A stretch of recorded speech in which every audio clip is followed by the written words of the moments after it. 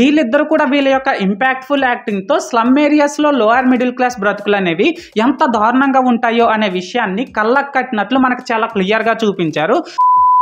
Hello hi guys, this is Lokesh. Welcome back to our channel. Guys, Vinod Kishan and Anusha Krishna వీళ్ళిద్దరూ lead యాక్టర్స్గా వచ్చిన పేకమేడలు movie popular OTT platform అయినటువంటి ETV విన్లో stream అవుతుంది కదా. అయితే నేను ఈ మూవీని రీసెంట్గా చూడడం అయితే జరిగింది. సో ఈ వీడియోలో మనం ఏంటంటే అసలు ఈ పేకమేడలు మూవీ ఎలా ఉంది ఏంటి అనేది డిస్కస్ చేద్దాం. ఓకేనా, లెట్స్ గో. అయితే ఇప్పుడు ఈ మూవీలో స్టోరీ లైన్ ఏంటి అనే విషయానికి వచ్చినట్లయితే గైస్, స్లమ్ ఏరియాలో నివసిస్తున్న లోయర్ మిడిల్ క్లాస్ ఫ్యామిలీలో ఒక తాగుబోతు భర్త, ఈ భర్తను భరించే భార్య. ఇక్కడ ఈ భర్త ఏమో బీటెక్ని కంప్లీట్ చేసేసి రియల్ ఎస్టేట్లో బ్రోకర్గా వర్క్ చేస్తూ ఉంటాడు. అండ్ అంతేకాకుండా ఊరంతా అప్పులు కూడా చేస్తూ ఉంటాడు. అండ్ ఇప్పుడు తన భార్య విషయానికి వచ్చినట్లయితే తనేమో తన కొడుకును మంచిగా చదివించుకొని మంచి ప్రయోజకుని చేసి తన కాపురాన్ని తను మంచిగా నిలబెట్టుకోవాలి అనే ఆలోచనతో చిన్న చితక పనులు చేసుకుంటూ ఒక ఇంట్లో పని మంచిగా కూడా పనిచేస్తుంది అనమాట. అయితే ఇక్కడ ఏంటనేసి అంటే ఈ తాగుబోతు భర్త మారతాడా లేదా, అండ్ వీళ్ళ లైఫ్ ఎలా సాగుతుంది, అండ్ అంతేకాకుండా వీళ్ళ లైఫ్లో వీళ్ళు ఫేస్ చేసిన ప్రాబ్లమ్స్ ఎలాంటివి, ఇవన్నీ కూడా మనమైతే మూవీలో చూడాల్సి ఉంటుంది అనమాట.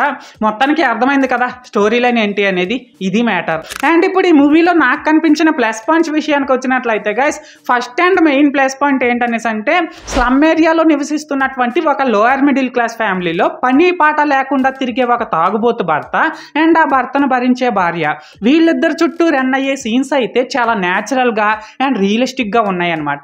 సో ఇలా ఉండడం వల్ల ఏంటనేసి అంటే మనం ఈ మూవీలోకి చాలా వేగంగా ఇన్వాల్వ్ అయిపోతాం. సో ఇది ఈ మూవీకి పెద్ద ప్లస్ అయిందనే చెప్పాలి. అండ్ ఇప్పుడు సెకండ్ ప్లస్ పాయింట్ విషయానికి వచ్చినట్లయితే గైస్, ఈ మూవీలో హీరోగా యాక్ట్ చేసినటువంటి వినోద్ కిషన్ అండ్ హీరోయిన్గా యాక్ట్ చేసినటువంటి అనుషా కృష్ణ, వీళ్ళిద్దరూ కూడా వీళ్ళ క్యారెక్టర్స్కి తగ్గట్టు చాలా బాగా యాక్ట్ చేశారు. అండ్ మెయిన్గా చెప్పాలంటే గైస్, కొన్ని ఎమోషనల్ సీన్స్లో హీరోయిన్ అనుషా కృష్ణ అయితే తన న్యాచురల్ పెర్ఫార్మెన్స్తో చించి పడేసిందనే చెప్పాలి. సో ఇది ఈ మూవీకి పెద్ద ప్లస్ అయిందనమాట. అండ్ ఇక్కడ థర్డ్ ప్లస్ పాయింట్ విషయానికి వచ్చినట్లయితే గైస్, వినోద్ కిషన్ అండ్ అనుషా కృష్ణ వీళ్ళిద్దరు కూడా వీళ్ళ యొక్క ఇంపాక్ట్ఫుల్ యాక్టింగ్తో స్లమ్ ఏరియాస్లో లోయర్ మిడిల్ క్లాస్ బ్రతుకులు అనేవి ఎంత దారుణంగా ఉంటాయో అనే విషయాన్ని కళ్ళకు కట్టినట్లు మనకు చాలా క్లియర్గా చూపించారు.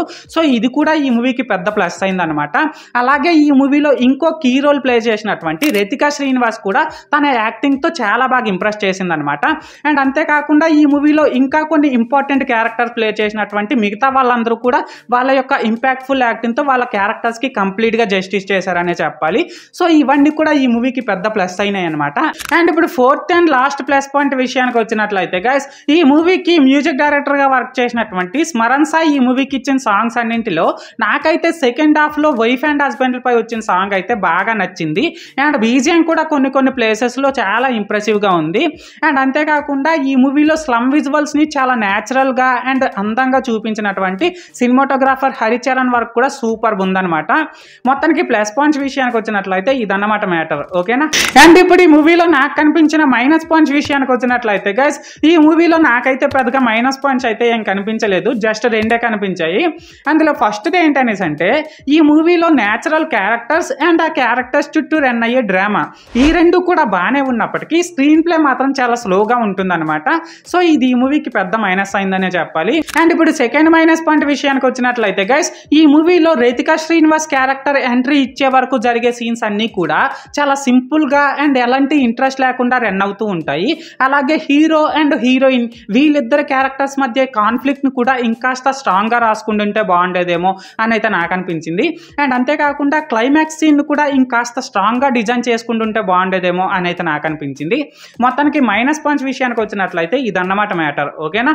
అయితే ఇక్కడ ఓవరాల్గా ఏంటంటే గైస్, ఈ పేకమేడలు మూవీ బాగుందా బాగాలేదనేసి అంటే చాలా బాగుంది. ఎందుకనేసి అంటే ఒక మహిళ తన భర్త సపోర్ట్ లేకపోయినా సరే తన జీవితంలో మంచి స్థాయికి వెళ్ళగలదు అనే పాయింట్ని అయితే చాలా బాగా చూపించారనమాట. అండ్ నేను ఈ మూవీకి 5కి 3 రేటింగ్ ఇస్తున్నా.